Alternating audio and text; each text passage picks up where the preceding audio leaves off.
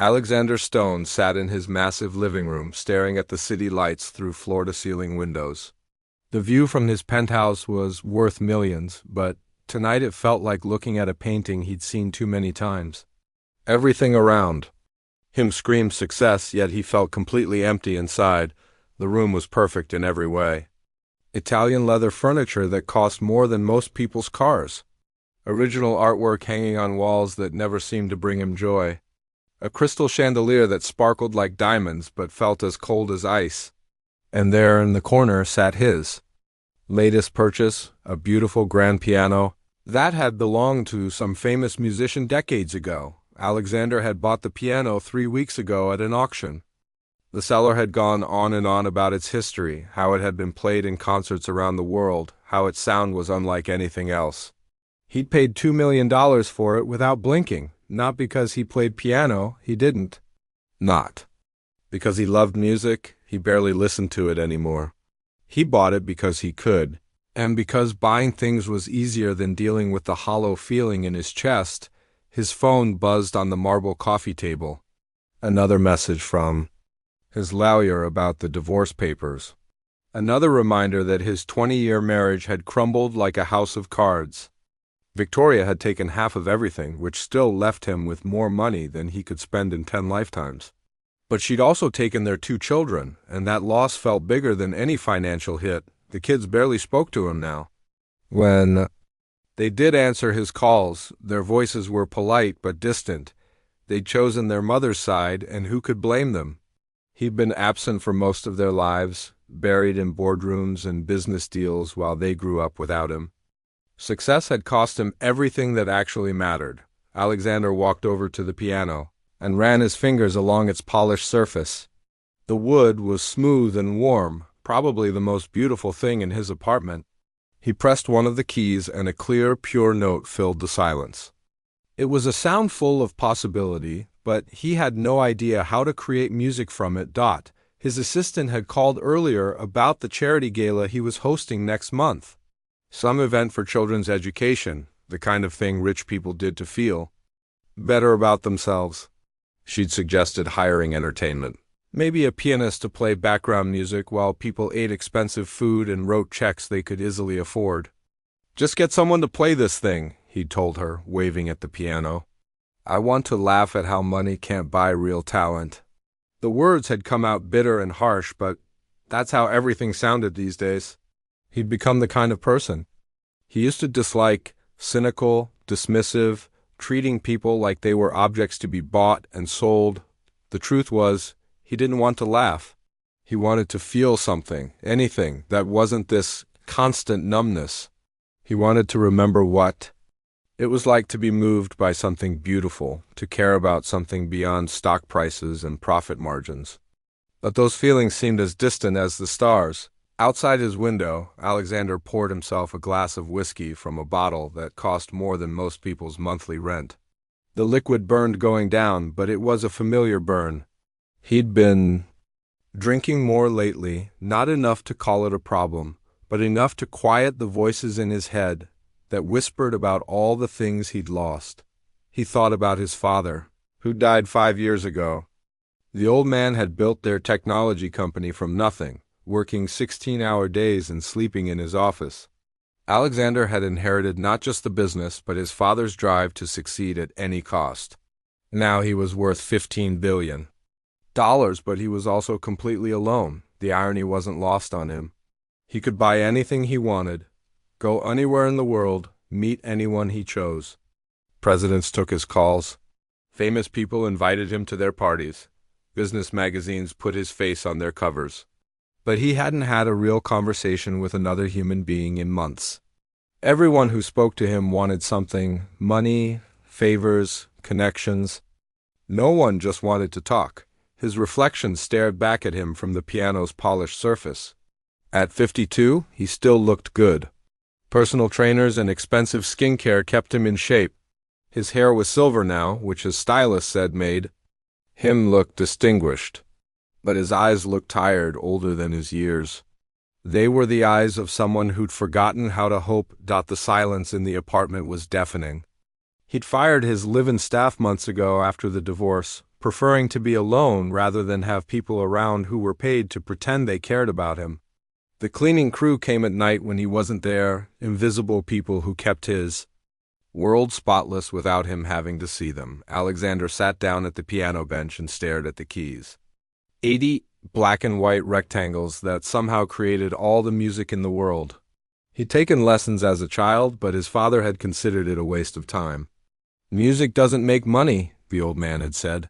Focus on things that matter. Now, surrounded by everything that supposedly mattered, Alexander wondered if his father had been wrong. Maybe music was the thing that mattered most. Maybe it was the thing that made all the money and success worthwhile. But it was too late for him to learn now. His fingers were stiff from years of typing and signing documents. His heart was too hardened by years of treating everything like a business transaction. The city hummed below him. Millions of people. Living their lives, falling in love, raising families, finding joy in simple things. He watched couples walking hand in hand on the sidewalks far below, and felt a stab of envy so sharp it took his breath away. When was the last time he'd held someone's hand? When was the last time he'd laughed without calculating the social advantage? When was the last time he'd done something just because it felt good? Alexander closed the piano lid and walked back to his window.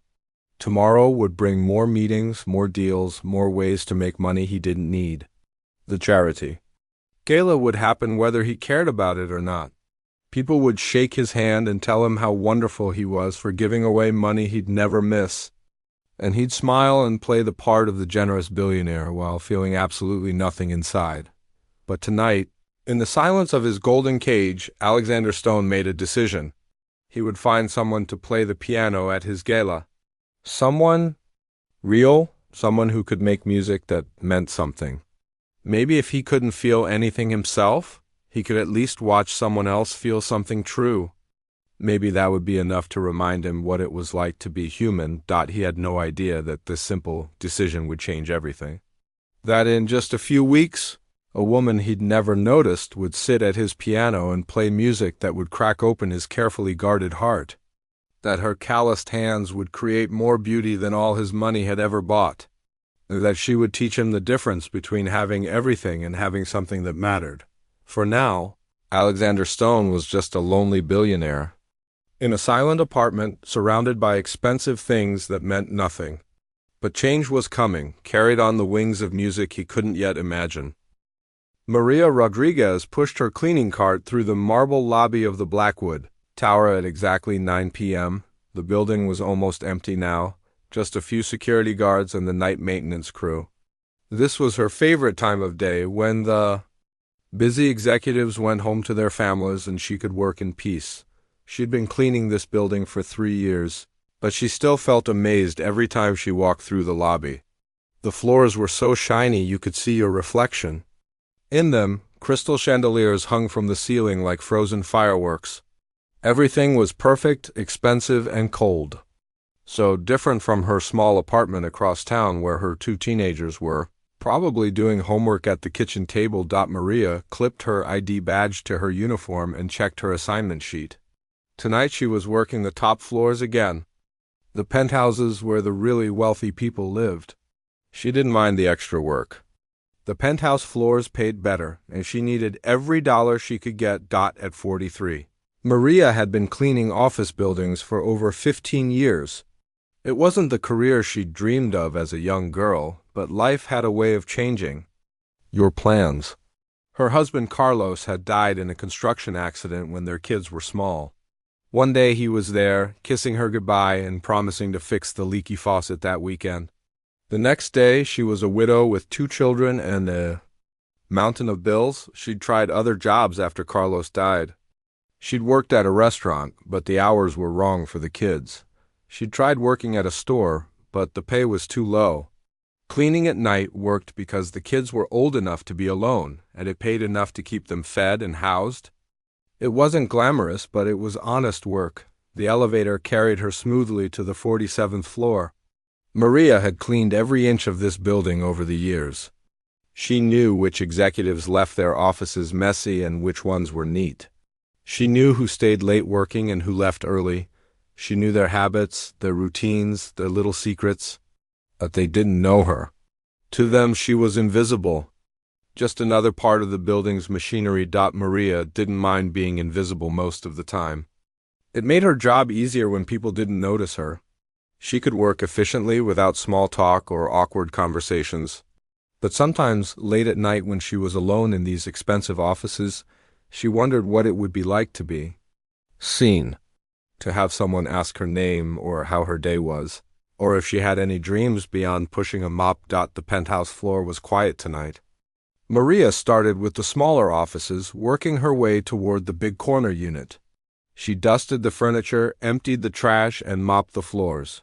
The work was repetitive, but she'd learned to find peace in it. There was something satisfying about taking a messy space and making it clean again. As she worked, Maria hummed quietly to herself. It was an old song her father had taught her when she was little. He'd been a musician back in Mexico, playing guitar in restaurants and at weddings. When the family moved to America, he'd taken a job in a factory, but he still played music at home. He taught Maria to play piano on an old keyboard he'd bought at a garage sale. Those were some of her happiest memories, sitting next to her father at that little keyboard, learning to make music together. He'd been dead for 10 years now, but she still heard his voice sometimes when she played. Music comes from the heart, Mia, he used to say. It doesn't matter if the piano is fancy or old. What matters is what you feel. Maria hadn't played piano in years. After Carlos died, she'd sold their keyboard to pay for groceries. There was no room for music when you were just trying to survive. But she still hummed his songs while she worked, and sometimes she'd play melodies on the steering wheel while driving between jobs. Tonight she saved Alexander Stone's penthouse for last. It was the biggest unit in the building, and it always took the longest to clean.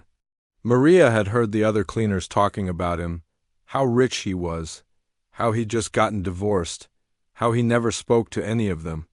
She'd seen him a few times. Over the years, always in expensive suits, always looking serious and distant. Maria unlocked the penthouse door and stepped inside. The apartment was stunning, like something from a magazine.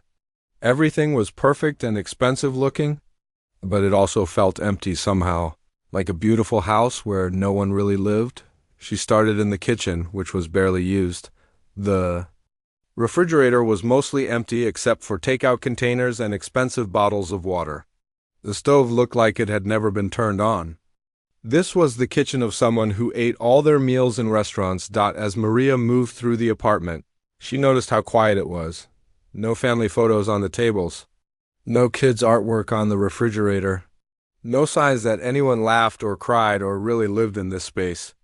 It was like a museum of wealth. Impressive. But cold. Then she saw the piano. Maria stopped in her tracks when she entered the living room. There, by the huge windows, sat the most beautiful piano she'd ever seen. It was a grand piano, black and shiny with elegant curves that seemed to flow like music themselves. This wasn't like the little keyboard her father had bought her. This was the kind of piano concert pianists dreamed of playing. Maria approached it slowly, almost afraid to get too close. She'd never seen a piano this beautiful outside of a concert hall. The wood was so polished she could see her reflection. In it, the keys were perfect ivory, not a single scratch or yellow spot. This piano probably cost more than she'd make in her lifetime. She looked around to make sure she was alone, then gently touched one of the keys. The sound that came out was incredible, pure and clear and rich. It seemed to fill the whole apartment with warmth. Maria pressed another key, then another, playing a simple melody her father had taught her decades ago. The sound was so beautiful it made her eyes water. This piano wasn't just expensive, it was magical. Every note rang out perfect and true. Maria found herself playing the melody with both hands, her muscle memory taking over after all these years without a piano.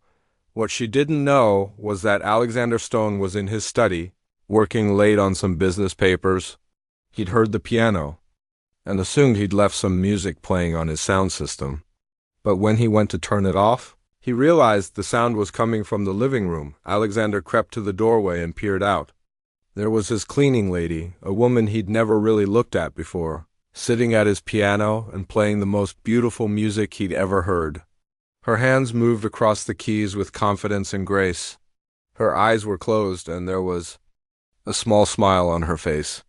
She looked completely at peace. The music she was playing wasn't fancy or complicated. It was simple and heartfelt, like a conversation between old friends. But it was the most real thing Alexander had heard in years. This wasn't music played to impress anyone or to make money. This was music played for the pure joy of making music. Alexander stood frozen in the doorway, afraid to move and break the spell. He bought this piano on a whim, never expecting anyone to play it. Now this woman, this stranger who cleaned his apartment, was bringing it to life in a way he'd never imagined possible. As Maria played, Alexander felt something he hadn't felt in years. His eyes filled with tears and his chest felt tight with emotion. The music was touching something deep inside him, something he'd thought was dead. For the first time in months, he felt truly awake. When the song ended, Maria sat quietly for a moment, her hands still resting on the keys. She was remembering her father, remembering the joy they'd shared making music together. Then she remembered where she was and what she was supposed to be doing. She quickly stood up and went back to her cleaning cart. Alexander retreated to his study, his heart pounding. He tried to focus on his work, but all he could think about was the music. Who was this woman? How had she learned to play like that? And why did her simple melody move him more than all the expensive concerts he'd attended?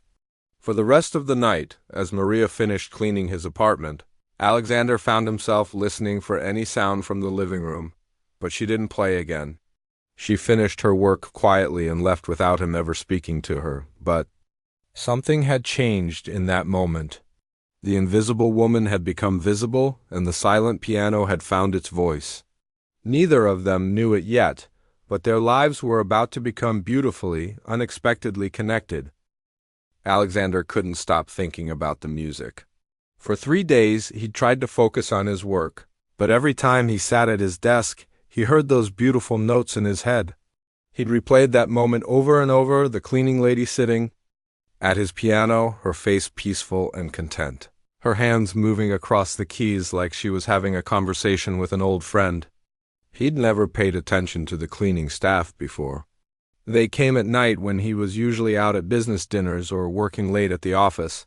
When he was home, he stayed in his study, ignoring the quiet sounds of vacuum cleaners and mops. But now he found himself wondering about the woman who'd played his piano. What was her name? Where had she learned to play like that? Did she know how much her simple melody had moved him? On Thursday night, Alexander made a decision that surprised even him. Instead of leaving for his usual dinner at the private club, he stayed home. He told his assistant he was working on an important project and didn't want to be disturbed. Then he sat in his study with the door cracked open, waiting. At exactly 9:15 p.m., he heard the elevator ding and the soft sound of wheels rolling across his marble floor. His heart started beating faster, like he was a teenager waiting for his first date. This was crazy. He was a billionaire, one of the most powerful men in the city. Why was he nervous about talking to his cleaning lady? Alexander listened as Maria moved through his apartment, following her usual routine. She started in the kitchen, then moved to the bedrooms, then the bathrooms. He could hear her humming softly as she worked, the same melody she'd played on the piano. The sound made him smile, something he hadn't done in weeks. When he heard her enter the living room, Alexander took a deep breath and walked out of his study. Maria was dusting the coffee table, her back to him. She hadn't noticed him yet. For a moment, he just watched her work. She was smaller than he'd expected, maybe in her early 40s, with graying hair pulled back in a simple ponytail. Her movements were efficient and careful, like someone who took pride in doing good work. "Excuse me," Alexander said softly, not wanting to startle her. Maria spun around, her eyes wide with surprise. She'd been working in this building for 3 years and had never had a resident speak to her directly. Her first thought was that she was in trouble. Maybe someone had seen her touch the piano. Maybe she was about to lose her job. "I'm sorry, sir," she said quickly, her voice shaking slightly. "I didn't know you were home. I can come back later if you prefer." No, no, please don't leave, Alexander said, raising his hands in a calming gesture. I wanted to talk to you about the piano. Maria's stomach dropped. She'd been caught. She should never have touched that beautiful instrument. It probably cost more than she'd make in 10 years. I'm so sorry, Mr. Stone. I know I shouldn't have touched it. I was just cleaning around it and I heard how beautiful it sounded and I couldn't help myself. It won't happen again, I promise. Alexander was shocked by her response. She thought she was in trouble. She was apologizing for creating the most beautiful moment he'd experienced in years. You're not in trouble, he said gently. I heard you playing the other night. It was incredible. Maria looked at him suspiciously. Rich people didn't usually compliment the help. Maybe this was some kind of test. I only touched it for a minute, she said carefully. I didn't damage anything. You play beautifully, Alexander said, and he meant it. I've never heard that piano sound so alive. Where did you learn to play like that? Something in his voice made Maria relax slightly. He didn't sound angry. He sounded genuinely curious. My father taught me when I was little, she said. He was a musician back in Mexico. He always said music was the language of the heart. Alexander felt something stir in his chest. Your father sounds like a wise man. What was that song you were playing? It's called Recuerdos de mi Padre, Memories of My Father, Maria said. He wrote it for my mother when they were young. It's about how love can survive anything, even death. She paused, then added quietly, I haven't played it in years. I don't have a piano anymore. You don't have a piano? Alexander asked, genuinely surprised. But you play so beautifully. Surely you must practice somewhere. Maria almost laughed at the question. Practice? She worked 3 jobs just to pay rent and buy groceries for her kids. When would she have time to practice? Where would she get the money for a piano? I sold my keyboard years ago, she said simply. After my husband died, I needed the money for other things. The simple way she said it hit Alexander like a punch to the gut. While he was buying $2 million pianos on whims, this woman had been forced to sell her only connection to music just to survive. He'd never thought about what it would be like to lose something you loved because you couldn't afford to keep it. I'm sorry, he said, and he really meant it. That must have been hard, Maria shrugged. Life is hard sometimes. You do what you have to do for your family. She started to pick up her cleaning supplies. I should get back to work. I don't want to keep you from your evening. Wait, Alexander said, surprising himself with his urgency. Would you play something for me? Please? Maria stared at him. You want me to play your piano? I bought that piano 3 weeks ago, Alexander said. I've never heard it played properly. I don't even know if it's in tune. You made it sound like it was singing the other night. I'd love to hear it again. Maria hesitated. This felt like stepping into a different world, one where she didn't belong. But the piano was calling to her. She'd thought about it every day since she'd touched those keys. I'm not very good, she said. I haven't had lessons in 30 years. You're better than you think, Alexander said gently. Please? Maria looked at the piano, then back at Alexander. There was something in his eyes she hadn't expected to see from a billionaire, loneliness. He looked like someone who'd forgotten what it felt like to enjoy something simple and beautiful. Okay, she said finally, but just one song. Alexander watched as Maria walked to the piano. She sat down carefully, adjusting the bench like she was preparing for a concert. Her hands hovered over the keys for a moment, and he could see her gathering courage. Then she began to play. The music that filled the room was nothing like Alexander had ever heard in concert halls or opera houses. It wasn't technically perfect. There were a few missed notes, a few moments where her fingers stumbled, but it was filled with something those perfect performances lacked. Soul. Maria played a song that seemed to tell a story. It started soft and sad, like someone crying alone in the dark. Then it grew stronger, more hopeful, like the sun coming up after a long night. The melody twisted and turned, sometimes classical, sometimes with hints of jazz and blues. It was like listening to someone's life story told through music. Alexander found himself holding his breath. Tears ran down his face, and he didn't even try to wipe them away. This wasn't just music. It was pure emotion turned into sound, Every note meant something, every pause told a story. This woman was taking her pain and her hope and her love and turning it into something beautiful.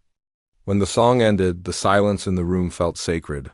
Maria sat with her hands still on the keys, her eyes closed. She'd poured her heart into that music, and now she felt empty and full at the same time. That was... Alexander started to speak, then stopped. What words could capture what he'd just experienced? That was the most beautiful thing I've ever heard. Maria opened her eyes and looked at him. This powerful man, this billionaire who could buy anything in the world, had tears on his face. Her simple music had touched him. "Thank you," she said softly. "No, thank you," Alexander said. "I haven't felt anything like that in years. What was that song?" "I don't know," Maria said honestly. "I just played what I was feeling. My father taught me that the best music comes from inside you, not from a book." Alexander stared at her. She had just created something beautiful out of nothing, pulled music from her heart and made it real. He owned companies, buildings, artwork worth millions. But he'd never created anything that mattered. He'd never made anything that could move another person to tears. "Would you play something else?" he asked. Maria looked at the clock on the wall. She still had 3 more floors to clean, and she couldn't afford to lose this job. But something in Alexander's face made her nod. One more song. This time she played something lighter, happier. It was a song her father used to play when she was sad, a melody that always made her smile. As she played, she forgot about cleaning and work and bills. She forgot about the difference between her world and Alexander's world. There was only the music connecting 2 hearts across the silence. When she finished, Alexander knew his life had changed forever. This woman, this stranger who cleaned his apartment, had just given him the greatest gift anyone had ever given him. She'd reminded him what it felt like to be human. After that night, Alexander couldn't concentrate on anything. He sat in board meetings thinking about Maria's music. He tried to read financial reports, but all he could hear was the melody she'd played. For the first time in his adult life, business felt completely unimportant compared to something else. He started finding excuses to stay late at the office, timing his return home to coincide with Maria's cleaning schedule. He told himself he just wanted to hear her play again, but deep down he knew it was more than that. Maria had awakened something in him that he'd thought was dead, the ability to feel wonder, to be moved by beauty, to connect with another human. Being without any agenda, Maria, on the other hand, was terrified. She'd worked so hard to be invisible, to do her job without drawing attention. Now the richest man in the building knew who she was. Worse, he'd seen her at the piano, vulnerable and exposed. She kept waiting for the other shoe to drop, for him to complain to her supervisor or find some reason to get her fired, but Alexander didn't complain. Instead, he started leaving little notes for her. The first one was simple. "Thank you for the beautiful music. Please feel free to play the piano anytime you'd like." Maria stared at the note for 10 minutes, trying to understand what kind of game this was. Rich people didn't give cleaning ladies permission to touch their expensive things. The next week, Alexander left another note. "I've been wondering about that song you played. Did your father write many songs?" This one scared Maria even more. He was asking personal questions, trying to learn about her life. She'd spent 3 years being invisible, and now someone was actually seeing her. Alexander waited eagerly for her response, but Maria didn't write back. She was too afraid of crossing boundaries she didn't understand, so he tried a different approach. He started staying home on the nights she cleaned, not hiding in his study, but working in the living room where she couldn't avoid him. "Good evening, Maria," he said the first time he tried this approach. He'd learned her name from the building's security records, though he was careful not to let her know how Maria froze. "Good evening, Mr. Stone." She kept her eyes down, focusing on her cleaning supplies. "Please call me Alexander," he said gently. "And please don't let me stop you from playing the piano. I brought some work out here specifically because I was hoping to hear you play." Maria looked up at him suspiciously. "You want me to play while you work?" "I can't think of anything I'd rather listen to," Alexander said honestly. "Your music helps me think. It makes everything else seem clearer. Somehow, so began their strange routine. 3 nights a week, Alexander would work in his living room while Maria cleaned. And every night she would eventually sit at the piano and play. Sometimes she played songs her father had taught her. Sometimes she played melodies she made up on the spot. Alexander learned to read her moods through her music, sad songs when she was worried about her kids, angry music when she'd had a hard day, gentle melodies when she was feeling peaceful. Slowly, carefully, they began to talk. Alexander learned that Maria had 2 children, 16-year-old twins named Diego and Sofia. He learned that she worked 3 jobs to support them, cleaning the office building at night, working at a laundromat during the day, and doing housekeeping for a few private clients on weekends. He learned that she'd been married to her high school sweetheart, a construction worker named Carlos who died in a scaffolding collapse when the twins were 8. "I don't know how you do it," Alexander said one night after Maria had told him about rushing from one job to another, barely having time to eat. 3 jobs and raising 2 teenagers alone. "You're stronger than anyone I know." Maria looked at him with surprise. "I'm not strong. I'm just doing what I have to do. Any mother would do the same." "No," Alexander said firmly. "Not everyone would. Not everyone could. You're raising 2 kids, working 3 jobs, and still finding time to make beautiful music. That takes incredible strength." Maria had never thought of herself as strong. She'd always felt like she was barely keeping her head above water, one crisis away from drowning. But when Alexander said it, she could almost believe it might be true. Alexander learned other things too. He learned that Maria had wanted to be a music teacher when she was young, but life had gotten in the way. He learned that she still helped her kids with their homework every morning before she went to sleep, even though she was exhausted from working all night. He learned that she sent money to her elderly mother in Mexico every month, even though it meant she sometimes went without things she needed. "What about your dreams?" Alexander asked one night.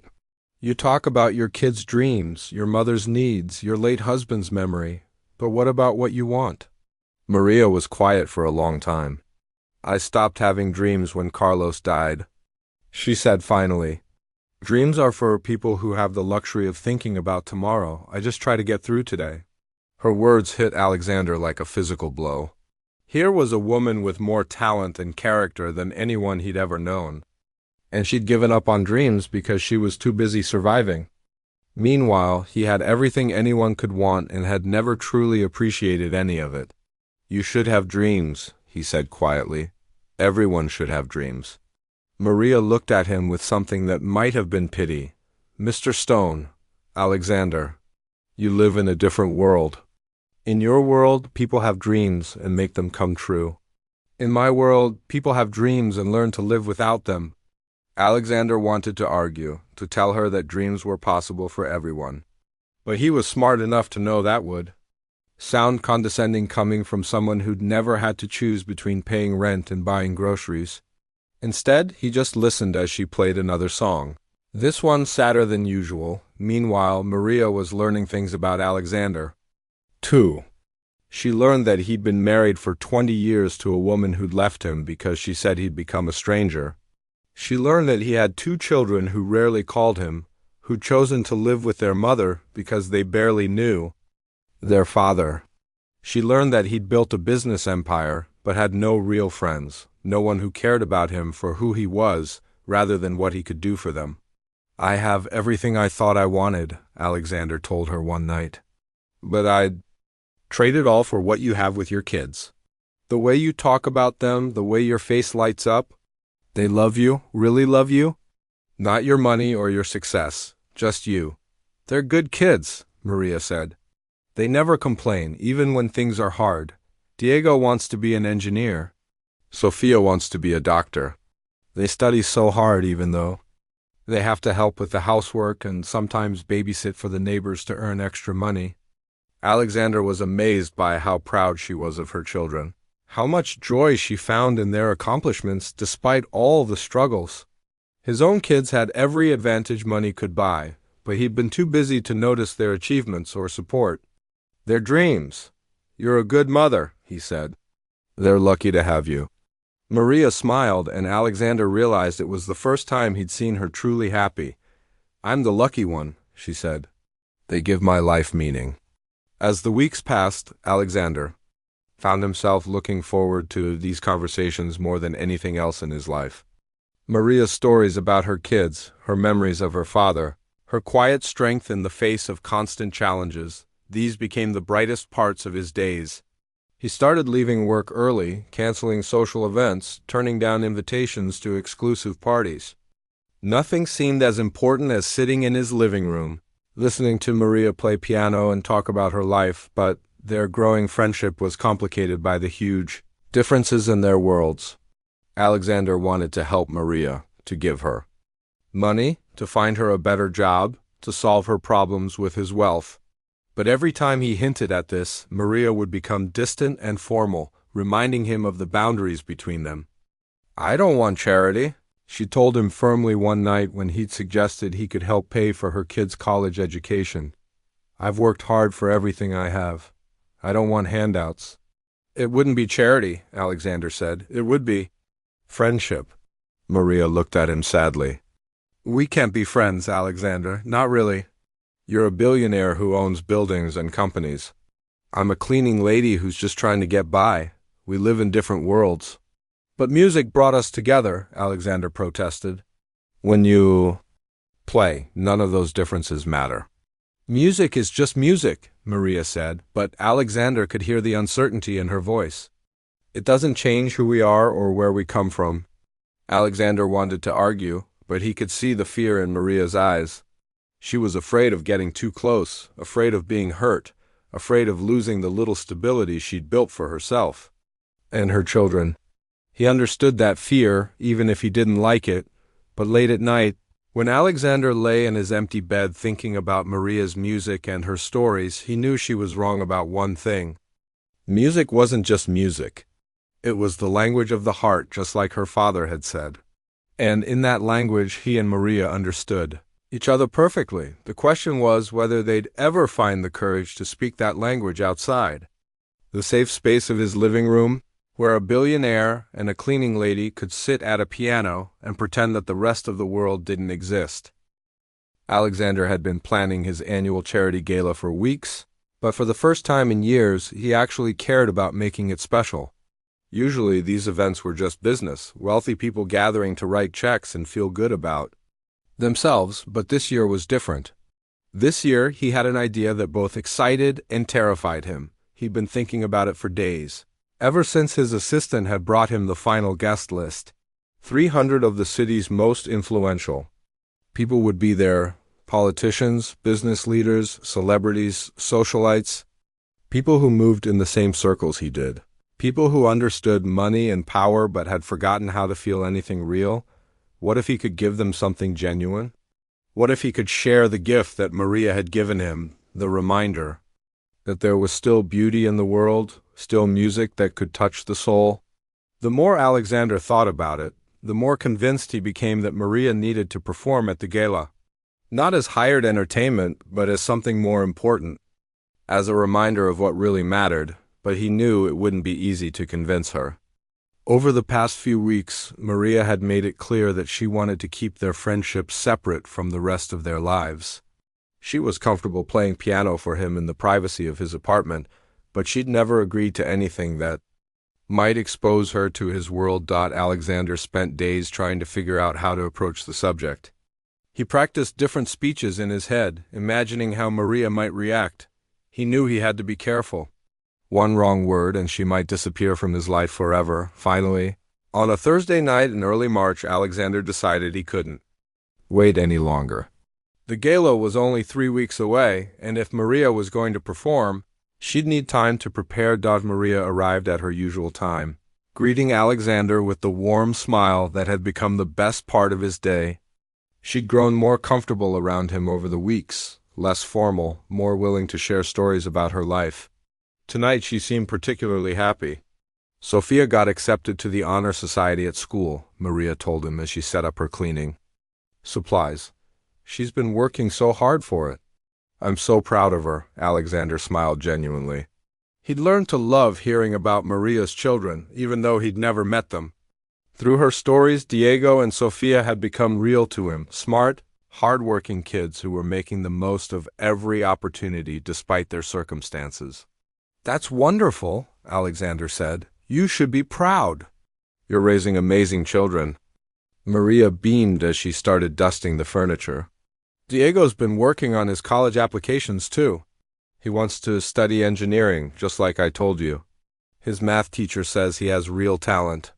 Alexander watched Maria work, noting the careful way she handled his expensive things, the pride in her voice when she talked about her kids. This was his opening.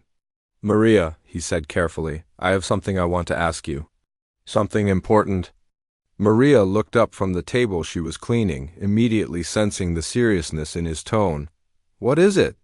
Alexander took a deep breath. "I'm hosting a charity gala in 3 weeks. It's for children's education, helping kids like Diego and Sofia get scholarships for college. I'd like you to perform at it." Maria stared at him for a long moment, her cloth frozen in her hand. "Perform? Play piano," Alexander explained. "For the guests? I've been thinking about it for weeks, and I can't imagine anyone better. Your music is exactly what these people need to hear." Maria set down her cloth and took a step back. "You want me to play piano at a party for rich people?" "It's not just a party," Alexander said quickly. "It's a fundraiser. We raise money for scholarships every year. Last year we raised over $2 million to help kids go to college." Maria shook her head slowly. "Alexander, I can't do that. I'm not that kind of musician. I'm just someone who plays piano in her spare time. Those people expect professionals, real performers." "You are a real performer," Alexander insisted. "You're more real than any musician I've ever heard. When you play, people feel something. That's what matters." "But I'm the cleaning lady," Maria said, her voice rising slightly with panic. "These people don't know who I am." "They'll know. I clean their offices and mop their floors. They won't want to listen to me play piano. They'll think it's some kind of joke." Alexander felt his heart break a little at the fear in her voice. He'd been so focused on sharing her gift with the world that he hadn't fully considered what it would cost her to be exposed like that. "You're not just the cleaning lady," he said gently. "You're a musician. You're an artist. You're one of the most talented people I've ever met." Maria laughed, but there was no humor in it. "Alexander, you live in a bubble. In your world, maybe talent is all that matters. But in the real world, people like me don't perform for people like them. We serve them drinks and clean up after them and stay invisible. What if we didn't tell them?" Alexander asked desperately. "What if I just introduced you as a talented musician I discovered? They don't have to know anything else about you." "But I would know," Maria said firmly. "I would know that I was pretending to be something I'm not. I would know that the moment they found out the truth, they'd look at me differently." Alexander was quiet for a moment, trying to understand her perspective. He'd spent his whole life in a world where money opened every door, where success was measured by net worth and social status. He'd forgotten that for most people, crossing social boundaries wasn't just difficult, it was dangerous. "I understand why you're scared," he said finally. "But Maria, your music is too beautiful to keep hidden. When you play, you remind people what it means to be human. These people need that reminder." Maria sat down heavily in one of Alexander's expensive chairs, something she'd never done before. "You don't understand what you're asking me to do.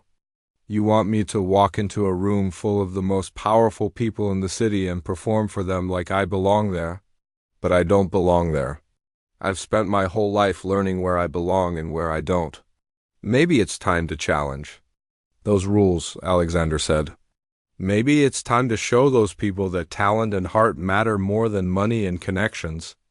Maria looked at him with something that might have been pity. "You think this is about proving a point. But for me, this is about survival. I have 2 kids depending on me. I can't afford to lose my job because I got too big for my britches." "You won't lose your job," Alexander promised. "I'll make sure of that." "How can you make sure?" Maria asked. "What if your friends decide they don't like having the help pretend to be their equal?" What if word gets around that I'm getting above my station? Rich people talk, Alexander. They remember things. They can make life very hard for people like me. Alexander realized he was approaching this all wrong. He'd been thinking like a businessman, trying to solve Maria's objections with promises and assurances, but this wasn't a business deal. This was about a woman's dignity, her family's security, her sense of who she was and where she belonged in the world. "I'm sorry," he said. "I should have thought this through better. When I imagine those people hearing your music, seeing what real talent looks like, I thought it might change something, for them and for you." Maria softened at the sincerity in his voice. "I know you mean well, and I'm grateful that you think my music is worth sharing. But Alexander, I've worked so hard to build a stable life for my kids. I can't risk that for a dream." "What if it wasn't a risk?" Alexander asked. "What if I could guarantee that nothing bad would happen to you, no matter what?" "How could you guarantee that?" Alexander was quiet for a moment, thinking. "What if you didn't perform as Maria the cleaning lady? What if you performed as my guest? As someone I invited specifically because of your talent? But people would still find out who I really am." "Maybe," Alexander admitted. "But by then, they would have already heard you play. They would have already been moved by your music. It's harder to dismiss someone's talent once you've experienced it." Maria stood up and walked to the piano, running her fingers along its edge. "You really think my music is that good?" "I think your music is extraordinary," Alexander said honestly. "I think it's exactly what those people need to hear, even if they don't know it yet." Maria was quiet for a long time, weighing everything Alexander had said. Part of her was terrified by the idea of performing for such an important audience. But another part of her, the part that had dreamed of being a music teacher when she was young, was intrigued by the possibility. "If I said yes," she said slowly, "what would I have to do?" Alexander felt a surge of hope. "Just play. 1 or 2 songs, whatever you're comfortable with. I would introduce you to the audience, and then you would sit at the piano and share your gift. What would you tell them about me? Whatever you want me to tell them, or nothing at all? Just that you're a talented musician I wanted them to hear?" Maria sat down at the piano bench and played a few soft notes, thinking. The music helped. Her think helped her sort through her fears and her hopes. "My father always said that music was meant to be shared," she said quietly. "He said keeping music to yourself was like hiding a candle under a basket." "Your father was right," Alexander said. Maria played another melody, this one more complex, more confident. "If I do this, I want to choose my own songs. I want to play music that means something to me." The next 3 weeks changed everything for both Alexander and Maria. What had started as a simple request to play piano had become something much bigger. A chance for Maria to step into a world she'd never imagined entering, and for Alexander to share the most precious gift he'd discovered.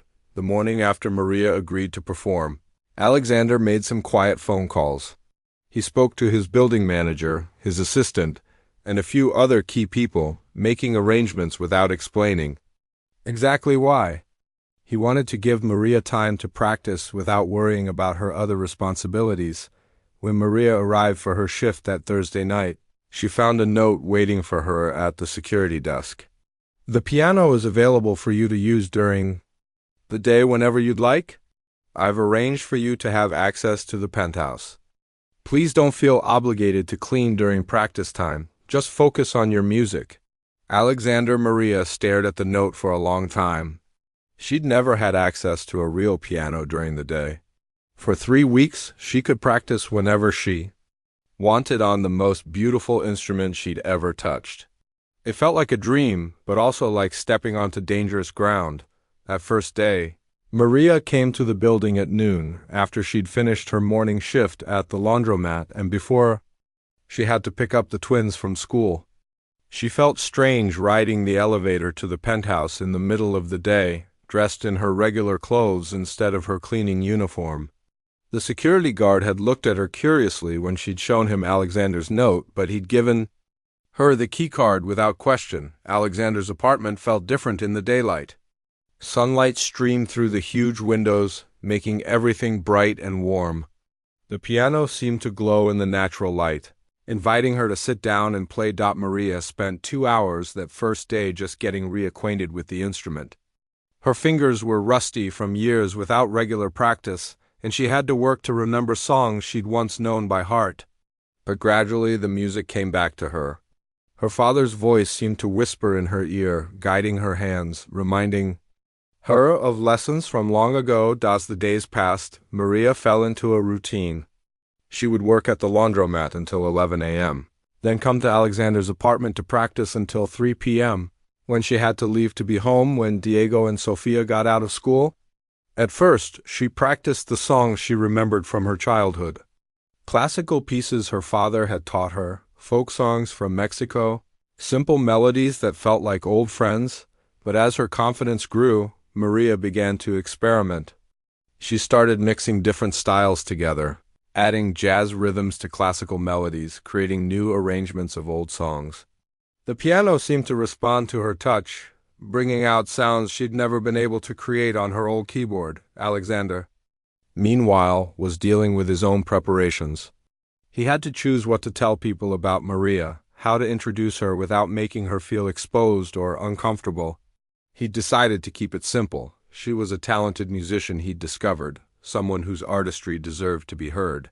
He wouldn't lie, but he wouldn't volunteer information that might make people judge her before they heard her play. 1 week before the gala, Alexander came home early to find Maria practicing. She was so absorbed in her music that she didn't hear him come in. He stood in the doorway, watching her play something he'd never heard before, a complex, beautiful piece that seemed to tell a story of struggle and hope. When she finished, Alexander applauded softly. Maria turned around, startled but smiling. "That was incredible," Alexander said. "What was it?" "Something I've been working on," Maria said, a slight blush coloring her cheeks. "I've been trying to write my own music, like my father used to do." "You wrote that?" Alexander asked, amazed. "Maria, that was better than anything I've heard in any concert hall." Maria looked down at her hands. "It's probably not good enough. For your gala, maybe I should stick to the classics." "No," Alexander said firmly. "That piece is exactly what people need to hear. It's real, it's honest, it's beautiful. Will you play it at the gala?" Maria hesitated. Playing other people's music felt safer somehow. Playing her own composition would be like laying her heart bare in front of 300 strangers. I don't know. What if they don't like it? "They'll love it," Alexander said. "How could they not? But more importantly, it's your music. It comes from your soul. That's what makes it special." As they talked, Alexander noticed that Maria looked tired. She'd been working 3 jobs and practicing piano every day for 2 weeks. The preparation was taking a toll on her. "Maria," he said gently, "I have an idea. What if you took a few days off from your other jobs to focus on getting ready for the gala?" Maria shook her head immediately. "I can't afford to miss work. Every day I don't work is money my family doesn't have." Alexander had anticipated this response. "What if I covered whatever you would have earned?" "Not as charity," he added quickly, seeing her expression, "but as payment for the extra time you're putting into preparing for the performance." "Alexander, I told you I don't want your money." "It's not my money," Alexander said. "It's payment for your work. You're working to prepare for this performance, just like any professional musician would. You deserve to be compensated for that."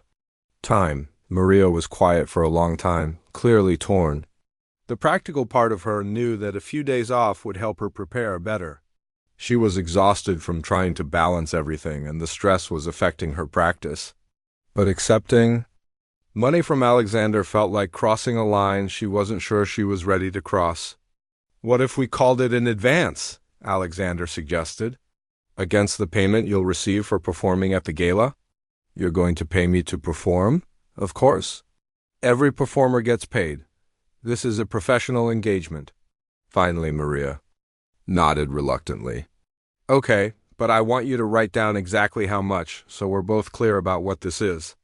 The next day, Maria called in sick to her day job for the first time in 3 years. She felt guilty about lying, but she also felt a thrill of freedom she hadn't experienced since she was young. For 3 whole days, her only responsibility would be music. She spent those days living differently than she had in years. She woke up naturally instead of to an alarm. She had breakfast at a normal time instead of grabbing whatever she could find while rushing between jobs. She spent hours at the piano, not just practicing but exploring, creating, remembering what it felt like to be an artist instead of just a survivor. Diego and Sofia noticed the change in their mother immediately. They'd grown used to seeing her, tired and stressed, always rushing from one responsibility to another. Now she seemed lighter somehow, more like the mother they remembered from when they were small and their father was still alive. "Mom, you seem different," Sofia said one evening, as Maria helped her with homework. "Happier." "I'm getting ready for something special," Maria told her daughter. "Something I never thought I'd have the chance to do." She'd told the twins about the gala, though she'd tried to downplay the importance of it. She didn't want them to worry about her or build up their expectations too high. But secretly, she was proud that they would see their mother as more than just someone who worked multiple jobs to pay the bills. For one night, she would be an artist again. 2 days before the gala, Alexander solved another problem Maria hadn't even mentioned. When he came home that Thursday evening, he found a garment bag hanging in his hallway with Maria's name on it. "What's this?" Maria asked when she saw it. "Something for you to wear to the gala," Alexander said. "I know you were worried about having the right clothes for such a formal event." Maria unzipped the bag carefully and gasped. Inside was the most beautiful dress she'd ever seen, elegant but not flashy, sophisticated but not intimidating. It was deep blue, the color of midnight, with simple lines that would flatter any figure. "Alexander, I can't accept this," Maria said, though her fingers traced the soft fabric longingly. "Why not?" "Every performer needs the right costume for their performance. This must have cost a fortune. What it cost doesn't matter. What matters is that you feel confident and beautiful when you perform. You deserve to look as elegant as you sound." Maria held the dress up to herself and looked in the mirror. For just a moment, she could imagine herself at the gala, sitting at a grand piano in this beautiful dress, playing her music for an audience that respected her artistry. The image was both thrilling and terrifying. "There's something else," Alexander said quietly. He handed her a small box. "These belong to my grandmother. She was a pianist too, though not as talented as you." Inside the box were simple pearl earrings, classic and timeless. "Alexander, I can't wear your grandmother's jewelry. She would have wanted them to be worn by someone who understood music the way she did," Alexander said. "Besides, they're just borrowed. You can give them back after the performance." Maria looked at herself in the mirror wearing the dress and the earrings, and for the first time she could actually picture herself belonging at Alexander's gala. She looked like someone who could sit at a piano and command an audience's attention. "Thank you," she said softly. "For everything. For believing in me, for giving me this chance, for treating me like ... like I matter." "You do matter, Alexander." Sighed. "Your music matters, your talent matters. You matter." The night of the gala arrived with unseasonably warm weather for March. Maria stood in front of her bedroom mirror, looking at herself in Alexander's grandmother's dress and pearls. She barely recognized the woman staring back at her. For years, she'd seen herself only as a mother, a worker, someone who blended into the background. Tonight, she looked like someone who belonged on a stage. Her hands were shaking as she applied the simple makeup Sofia had helped her choose. Her daughter had been so excited to help her mother get ready, treating it like they were preparing for the most important night of their lives. Which Maria supposed they were. "Mama, you look like a princess," Diego had said when he saw her, his voice full of awe and pride. Neither of her children had ever seen her dressed up for anything fancier than a parent-teacher conference. "You're going to be amazing," Sofia added, hugging her carefully so as not to wrinkle the dress. "Just remember what Grandpa always told. You play with your heart." Maria had arranged for Mrs. Chung from next door to stay with the twins, As she kissed them goodbye, she tried not to think about how much this night could change everything. If she embarrassed herself, if she failed spectacularly, at least her children would remember that their mother had tried something brave. Alexander had sent a car for her, which felt surreal. Maria had never ridden in a limousine before. The driver was polite and professional, treating her like any other important passenger.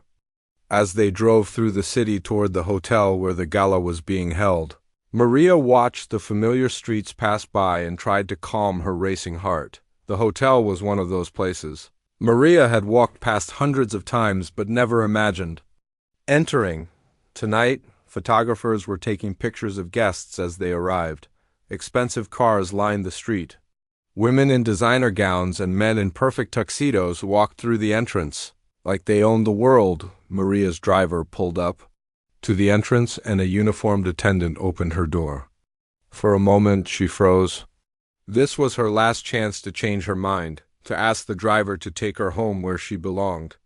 But then she thought about her father's voice, about the music waiting inside her, about Alexander believing in her enough to risk his reputation. She stepped out of the car with as much dignity as she could manage. The hotel ballroom was the most beautiful room Maria had ever seen. Crystal chandeliers cast warm light over round tables dressed in white linens and fresh flowers. The walls were decorated with elegant drapery, and at one end of the room sat a magnificent grand piano that rivaled Alexander's own instrument. Maria tried not to stare as she was escorted to a small room behind the ballroom where she could wait until her performance. The guests were still arriving, still eating dinner and making small talk. She wouldn't perform until after the speeches and the auction, when people were relaxed and hopefully receptive to music. Through the partially open door, she could hear the sounds of the party, laughter, conversation, the clinking of expensive glasses. These were Alexander's people, the elite of the city. Politicians whose names she recognized from the news. Business leaders whose companies employed thousands. Celebrities she'd seen in magazines while waiting in grocery store lines. Alexander found her about an hour into the evening. He looked handsome in his tuxedo, but Maria could see the nervousness in his eyes that matched her own. "How are you feeling?" he asked gently. "Terrified," Maria admitted. "What if they hate it? What if I forget the music? What if my hands shake so much I can't play?" "Then you stop, take a breath, and start again," Alexander said. "These people aren't expecting perfection. They're expecting authenticity. And that's exactly what you'll give them." He sat down beside her, and for a moment they were just two friends supporting each other instead of a billionaire and his cleaning lady. "Maria, I want you to know that no matter what happens tonight, you've already succeeded. You've reminded me what real beauty sounds like. You've changed my life." Maria felt tears threatening to ruin her carefully applied makeup. "You've changed mine too. You made me remember that I'm more than just someone who survives. You helped me remember that I'm someone who creates." Alexander squeezed her hand. "Are you ready?" Maria took a deep breath and nodded. "As ready as I'll ever be." The ballroom had quieted down as Alexander took the stage to introduce her. Maria watched from the wings as he looked out over the sea of expectant faces. These were his peers, his social circle, people whose opinions mattered in his world. "Tonight," Alexander began, "I want to share something special with you.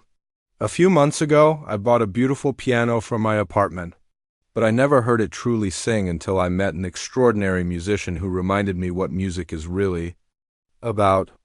She reminded me that the most beautiful art comes not from expensive training or prestigious schools, but from the human heart. Ladies and gentlemen, please welcome Maria Rodriguez." The applause was polite as Maria walked onto the stage, but she could feel the curious stares. She knew what they were thinking. Who was this unknown woman Alexander had chosen to feature at his exclusive gala? She could sense their skepticism, their assumption that she was probably someone's daughter or protege, someone with connections despite her unfamiliar name. Maria sat at the piano bench and adjusted it carefully. The instrument was beautiful, different from Alexander's, but equally magnificent. She placed her hands on the keys and felt the familiar comfort of cool ivory beneath her fingers. For a moment, the room was completely silent. 300 pairs of eyes were watching her, waiting for her to prove she belonged there. Maria closed her eyes and thought about her father, about his belief that music was the language of the heart, about all the songs they'd played together in their small kitchen when she was young. She began with a classical piece, something safe and familiar. Chopin's Nocturne in E-flat major. Her fingers found the melody easily, and the piano responded with rich, warm tones that filled the ballroom. As she played, she felt her nervousness begin to fade. Replaced by the joy she always felt when making music, the audience relaxed too. Whatever they'd expected, this woman could clearly play. Her technique was solid, her interpretation thoughtful. But as the piece progressed, Maria began to add her own touches, subtle jazz inflections, slight changes in rhythm that made the familiar melody fresh and personal. When the first piece ended, the applause was warmer, more genuine. Maria opened her eyes and saw faces that looked interested rather than skeptical. She had their attention now. "This next piece," Maria said into the microphone, her voice steadier than she'd expected, "is something I wrote myself. It's called Journey Home, and it's about finding your way back to who you're meant to be." She began to play her original composition, the one she'd been working on during her practice sessions. This was the music that came from her own heart, her own experiences. It started softly, with a melody that spoke of longing and searching. As it progressed, it grew stronger, more confident, incorporating elements of classical music, jazz, folk songs from her childhood, and something entirely her own. The ballroom was completely silent except for the piano. Maria could feel the audience, leaning forward, drawn into the story her music was telling. This wasn't just background entertainment for their dinner conversation. This was something that demanded to be heard, something that spoke directly to the soul. As she played, Maria forgot about the elegant room and the expensive gowns. She forgot about the difference between her world and theirs. There was only the music, flowing through her fingers and filling the space with emotion and beauty. The piece built to a crescendo that spoke of triumph over adversity, of finding strength in unexpected places, of love that survives loss. Then it settled into a gentle ending, like coming home after a long journey. When the last note faded, the silence stretched for what felt like forever. Maria sat with her hands still on the keys, suddenly aware again of where she was and what she'd just done. Had she gone too far? Had her personal music been too intimate for this formal setting? Then the applause began. It started with one person, then another, then suddenly the entire ballroom was on its feet.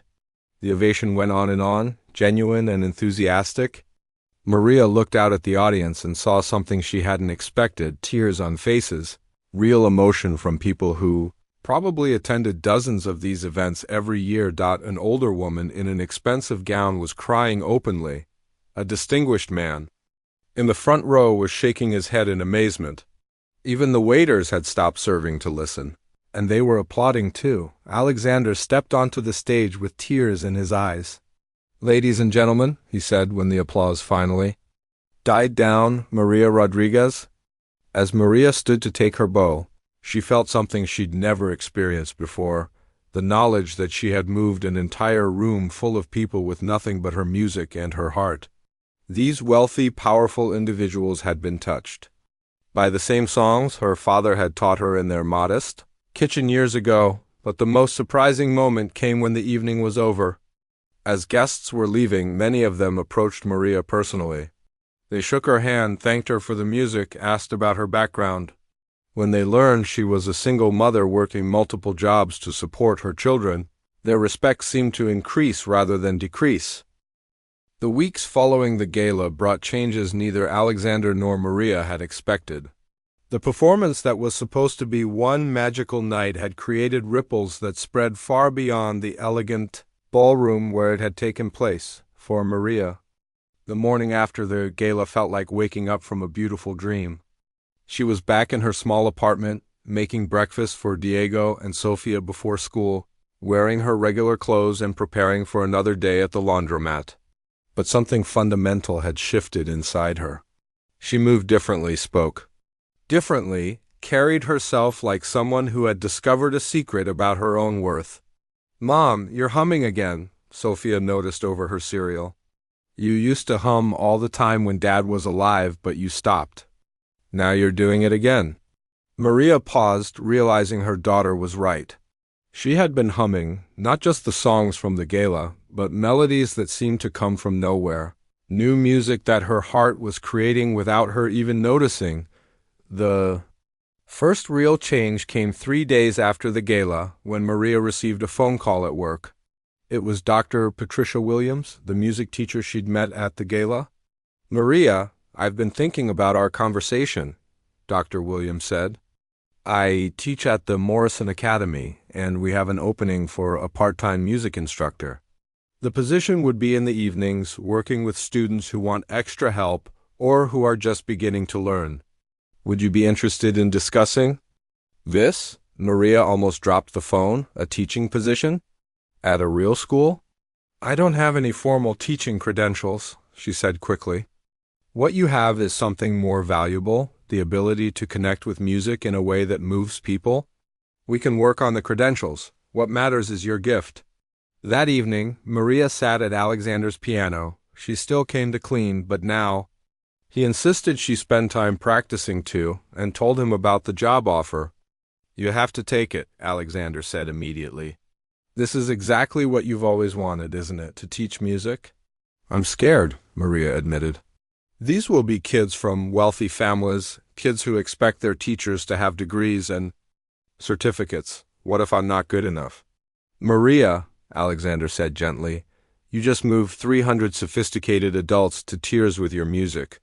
I think you can handle teaching a few students how to play piano." But the job offer, while exciting, also brought complications. The teaching position was in the evenings, which conflicted with her cleaning schedule. To make it work, Maria would have to give up one of her 3 jobs? Financially, it would be risky. The teaching position paid better per hour, but offered fewer total hours than cleaning. Alexander had a solution, though Maria was initially resistant to it. "Let me help you transition," he offered. "I'll make up the difference in income for the first few months until you can build up your teaching schedule. Alexander, we've talked about this. I don't want charity. It's not charity. It's an investment. I'm investing in your future because I believe in your talent. Consider it a scholarship. You'll pay it back when you're established as a teacher." Eventually, Maria agreed, and she gave her notice at one of her cleaning jobs. Dr. Williams helped her navigate the process of getting basic teaching credentials. And within a month, Maria was standing in front of her first student, a shy 10-year-old girl whose parents wanted her to learn piano. Teaching turned out to be everything Maria had hoped it would be. She discovered that she had a natural ability to connect with students, to help them understand music not just as notes on a page, but as a language for expressing feelings. Her unconventional background actually became an asset.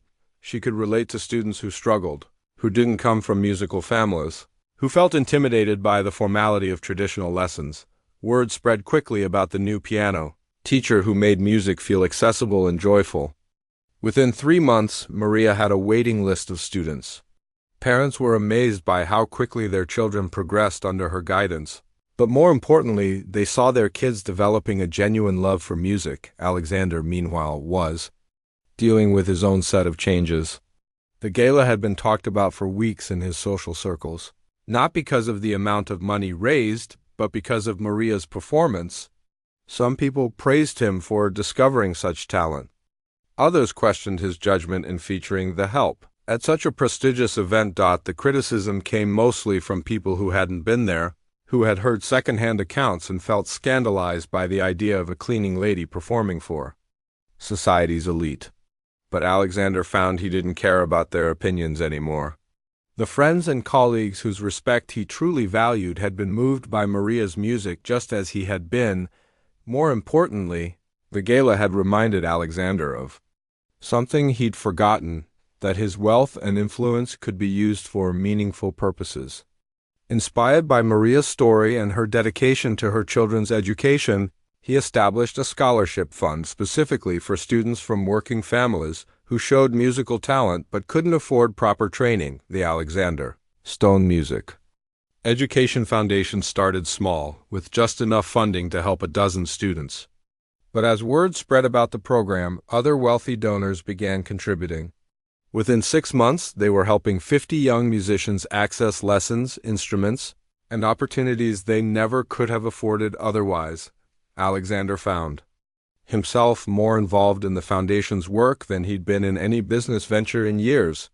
He visited music programs in schools, met with teachers and students, and began to understand the challenges facing families like Maria's. For the first time since his divorce, he felt like his life had purpose beyond accumulating wealth. The relationship between Alexander and Maria also evolved during this period. The formal boundaries that had once defined their interactions, billionaire and cleaning lady, no longer applied. Maria still cleaned his apartment twice a week, but now they were also collaborators in the foundation's work. She helped him understand which programs would be most effective, which students needed the most help, and how to structure support in ways that preserve families' dignity. Their friendship deepened into something neither of them had expected. Alexander discovered that Maria was not just a talented musician but also a wise advisor, someone whose life experiences had given her insights he'd never considered. Maria found that beneath Alexander's wealth and sophistication was a man who genuinely wanted to make a difference, who was still learning how to connect with people but was willing to try. But their evolving relationship wasn't without challenges. Some people in Alexander's social circle were uncomfortable with his friendship with Maria, viewing it as either a publicity stunt or evidence of a midlife crisis. Some people in Maria's community were suspicious of her new opportunities, wondering if she was forgetting where she came from or putting on airs. The criticism hurt both of them, but it also strengthened their bond. They'd both learned that real friendship is rare and precious, worth defending against small-minded gossip. One evening in late summer, 6 months after the gala, Alexander and Maria sat at his piano working on plans for the foundation's first annual benefit concert. Maria would be the featured performer, but this time she wouldn't be alone. 5 of her students would also perform, showcasing the talent that existed in every corner of the city when given the chance to flourish. "I've been thinking," Maria said as she played through one of the pieces her students would perform. "Remember that first night when you heard me play? You were so lonely, so disconnected from everything that mattered." "I remember," Alexander said. "I felt like I was living in a beautiful prison, and I was so focused on just surviving that I'd forgotten I was more than just someone who worked and worried." "We were both lost in different ways," Alexander nodded. "Music brought us together. But more than that, it reminded us both of who we really are." Maria smiled and played a few bars of the lullaby her father had taught her all those years ago. "My father always said that music was the language of the heart. I think he was right, but I understand now that it's more than that. Music is also a bridge. It connects people across all the things that usually divide them: money, status, background, fear. You built that bridge," Alexander said. "You had the courage to cross it." "We built it together," Maria corrected. "You had to have courage, too, to listen to someone you'd never noticed before, to risk your reputation by putting me on that stage, to change your whole life because of something a cleaning lady played on your piano." As the evening wound down, they played a duet, a simple piece Maria had arranged that combined classical structure with jazz harmonies and folk melodies. Their hands moved across the keys in perfect synchronization, creating music that neither could have made alone. Listening to their combined playing, Alexander realized this was what he'd been searching for his entire life without knowing it. Not the admiration of peers or the accumulation of wealth, but the simple joy of creating something beautiful with another person.